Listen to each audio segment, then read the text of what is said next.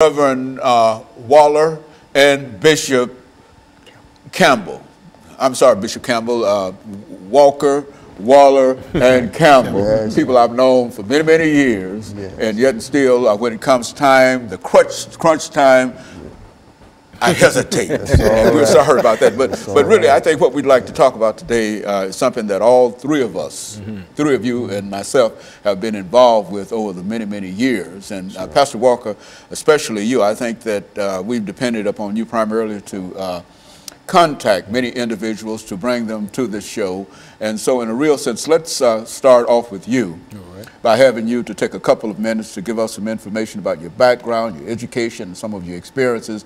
Then we'll allow Reverend Waller to do the same in reference to his background, education, and experience. And finally, we'll come to Bishop Campbell, and we'll allow him to sort of close us out on that first 6-minute segment.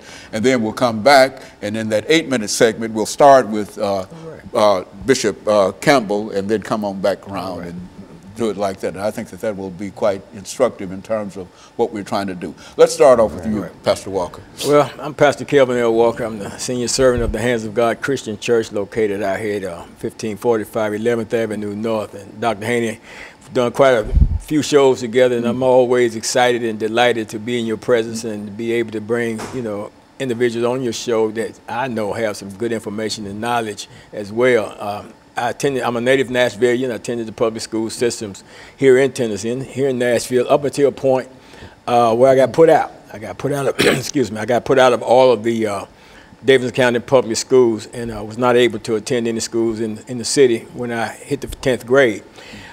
Fortunately for me, I had gotten in some trouble as well and faced some time in juvenile, and the juvenile court judge, Richard Jenkins at the time, thought it would be best if I went into the military than it would if I went in and became incarcerated. I had shot an individual when I was 15 years old, and went into the Navy. Stayed in the Navy about 19 months, long enough to get my foot wet, ride the ship overseas and stuff like that. Got out of the Navy, and at that time, you could go in the military without a GED, got out, or high school diploma, got out, went through Opportunities Industrialization Center, OIC, when I was in South Nashville, got a GED. Spent a little time at Tennessee State University, but all during that time, Dr. Haney, even prior to going in, I was always experiencing with drugs and stuff, and actually was addicted to drugs. Even when I was in college, I was shooting heroin and stuff like that. And of course, that eventually derailed my attempts at a college degree, wanted to become a fashion designer, and that derailed that. And of course, I ended up incarcerated in the state prison system, did a total of 5 years of my life incarcerated. And in August of 1986, August 24th, 1986, God stepped into my life, intervened in a powerful way. He called me into ministry, called me away from a 17+ year drug addiction directly into ministry, and I've been serving him ever since. But Reverend Waller, talk about yourself for a minute. Dr. Haney, I want to thank you for allowing me to be here. I am really grateful, man. I came from the streets in which I grew up at in West Nashville on 40th. As a little boy growing up, I loved the basketball. And in the midst of loving the basketball, out in the yard playing by myself, I got captured by the street life. And in the midst of all of that, I got incarcerated in street life for 20+ years of my life without being behind bars. Captured in my own community by a chemical that controlled my life for so many years. I went to Cone High School, and a lot of people thought I was going to become a great basketball player, but I didn't even know who I was. I was so out of control. But again, as Pastor KWalker invited me, as he shared on how he was released from the bondage, and now I've been delivered myself for 24+ years. And it's amazing that there's so many people that are still doing the same thing that we used to do. And I'm just grateful to be here to make a difference. Now, Bishop Campbell, we have a minute for you to sort of make some statements, and then we'll come back to you during the second segment and start with you. But say who you are over the last minute that we have here, Yes. Bishop Campbell, and then we'll come back to you. I also want to thank you, Dr. Haney, for allowing me to be here. My name is Bishop Marcus Campbell. I'm the pastor of the Mount Carmel Missionary Baptist Church located at 1032 Monroe Street, and founder and CEO of the Gentleman and Not Gangster Juvenile Mentoring Program that we have here in Nashville, Tennessee. And so quite a bit has been done in reference to that particular program, and I think that the three of you bring some excellent information in reference to how we might be able to deal with some of the challenges that are facing our young people today. And so we're going to take our first commercial break, and we'll be back with our audience following this very, very short commercial break.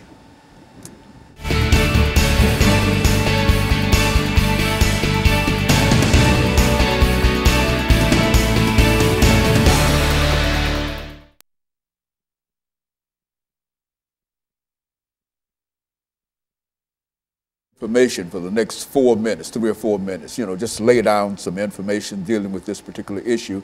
Then you follow him and take about 2 or 3 minutes of that, and then we'll let you sort of wrap this second segment out for today, and then we'll come back and we'll go back down and we'll have 10 minutes to sort of bring all of this information together. But the information I think that we're getting today is very, very important information, because I think this, and that's why we like to do this background information, just to indicate that no matter what a man's situation might be today, that it was not always like that, you see, and I think that's an encouragement, and you ought to hear my story. Oh my! You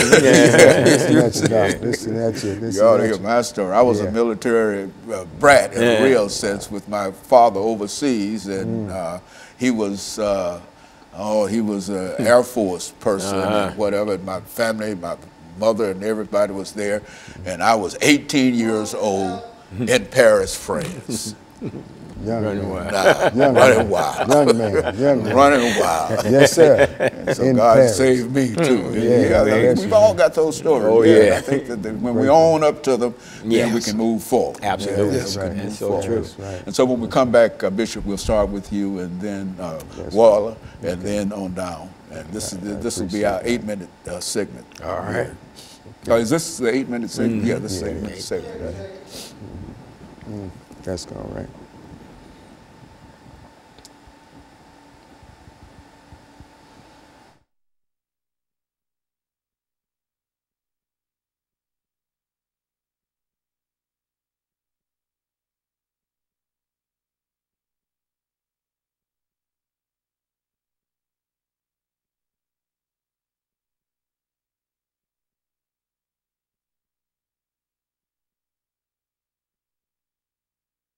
Thank you, and welcome back to the second segment of the show for today.